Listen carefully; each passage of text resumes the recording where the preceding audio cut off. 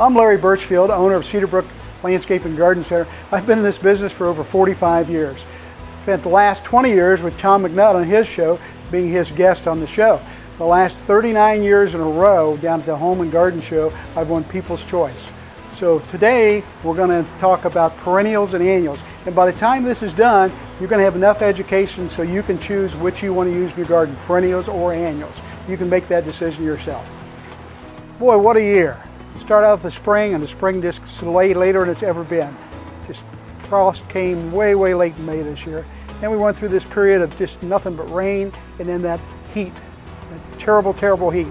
And people said, well, customers say, well, I just don't even want to plant annuals. I don't even want to deal with them because I got them in late, and now with all the rain and now all the heat, they're just dead. I think I'll just go ahead and plant all perennials. Well, that's good and that's bad.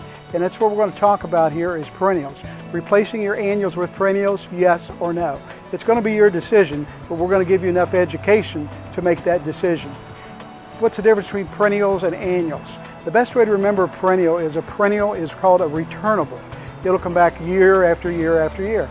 An annual we call a non-returnable because you get 1 year out of it and that's it.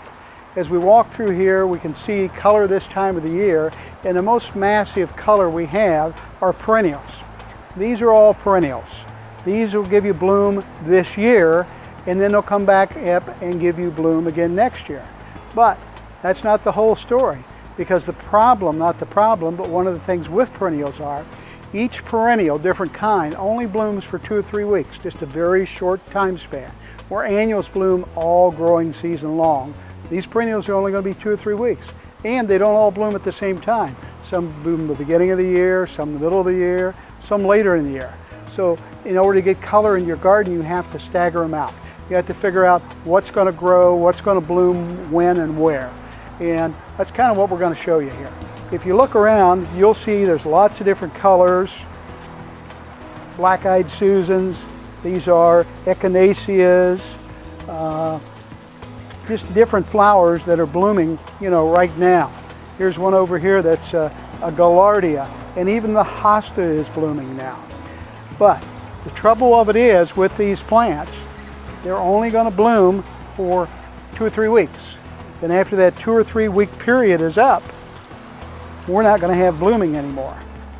This is called a liatris. Now, what you want to do with perennials after they bloom, perennials have a life cycle. Perennials grow, they bloom. Once they're done blooming, these blooms will turn into seeds. Once they turn into seeds, then this foliage will start to die because this plant thinks its job is done. It's grown, it's bloomed, it's produced seed, reproduced itself, and now it's done. It wants to quit. But we can reverse that process. What we do is go in here and cut off the old blossoms before they turn to seed. Now what will happen on many of these plants, you can go way down on them. We don't have to do them real tall. What will happen with this plant is, once it does this, the energy goes back into this plant, and this plant will actually try to bloom again. Many of them will rebloom again. Many of them will rebloom again, and other ones will just keep their foliage really nice after trimming them back like this. So it's very important to do that. Here's daylilies here. You all know daylilies. They're out there blooming now, and they all look great. All give us a lot of color. That blossom lasts 1 day. That's why they call it daylily. Then you get the other ones out. So you'll get maybe a week, 2 weeks, sometimes 3 weeks out of daylilies, and that's it. Then what happens after that, again, they get this seed pod on them, and then they start to die back in here. So what we want to do again is we want to get rid of that seed. We don't want them to go to seed. Here's an old one here with a stem on it. Get it off there. Any bad foliage, take it off. And the foliage will stay green for quite a bit longer that way. Now, daylilies is one that won't pull that trick on that you trim it'll rebloom. They won't, except for the Stella d'Ors, which are one of the varieties that are reblooming varieties.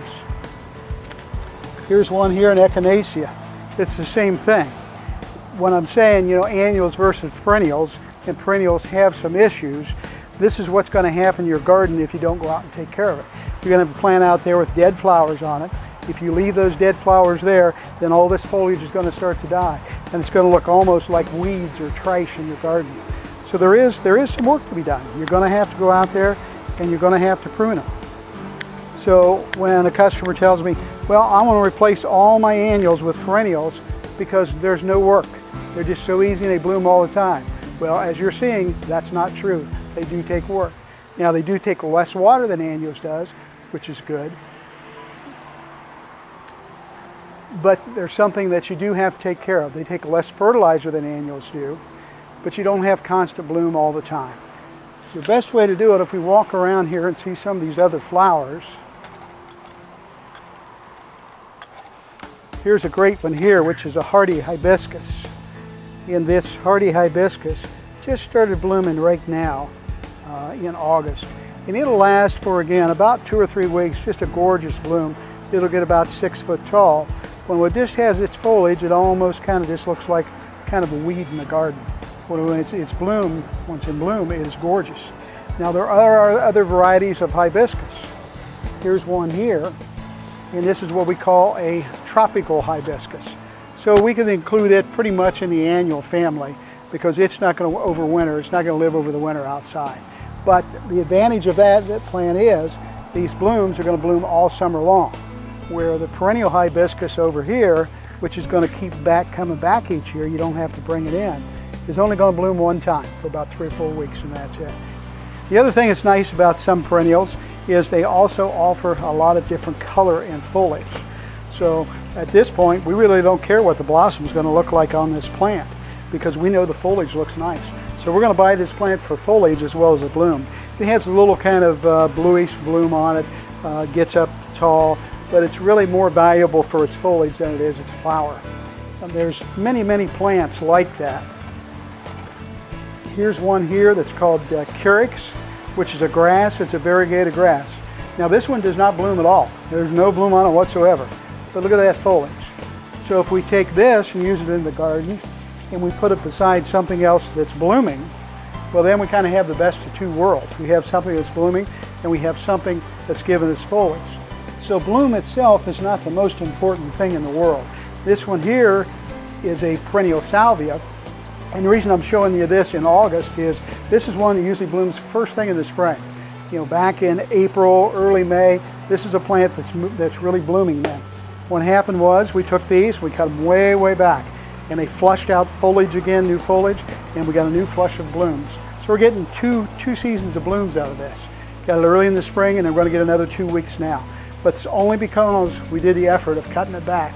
If we hadn't cut it back, this would have just looked terrible in the garden. Now, the question you're going to ask me is, how do I know what to plant in my garden and when to plant it? You know, this is a great time of the year. Anytime's a great time of the year to go out and visit your garden center.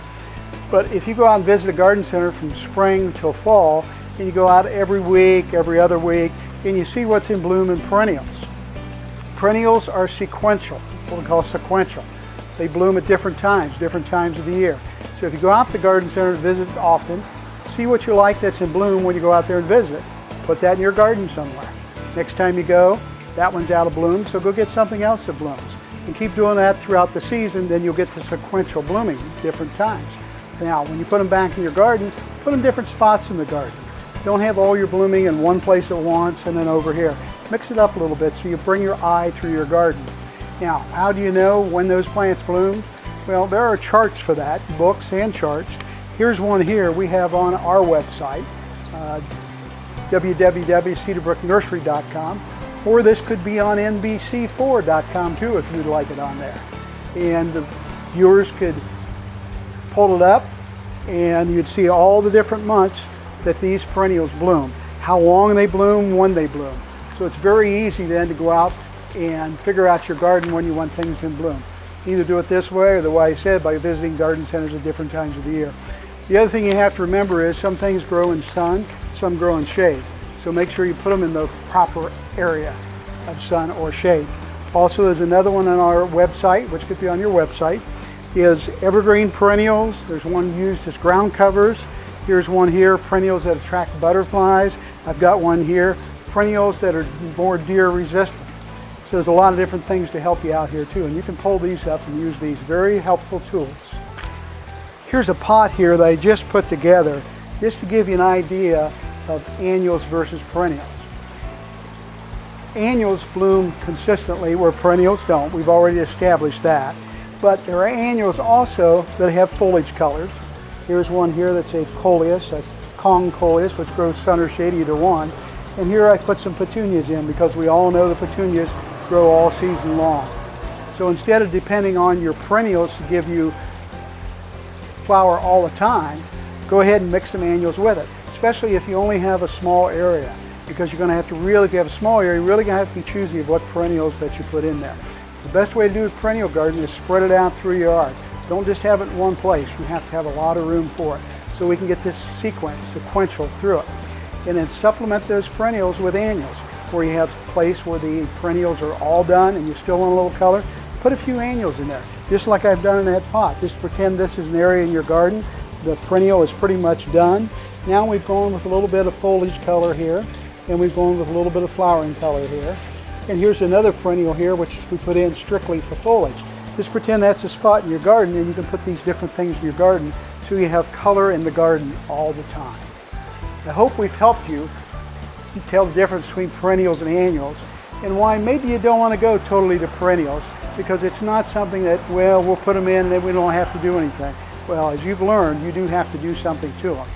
But you don't have to stick all with annuals or all perennials. Let's mix them up, use them both together. It'll give us more color, more texture, more different foliages, and a lot more we can do with the garden by using them both together. We spent the last couple minutes here learning about perennials and annuals, and whether you really want to choose to use perennials or annuals, or maybe both of them in the garden, a combination of those. Hopefully you'll take this education with you and take it out and use it in your garden. I'm Larry Burchfield, helping you in your garden.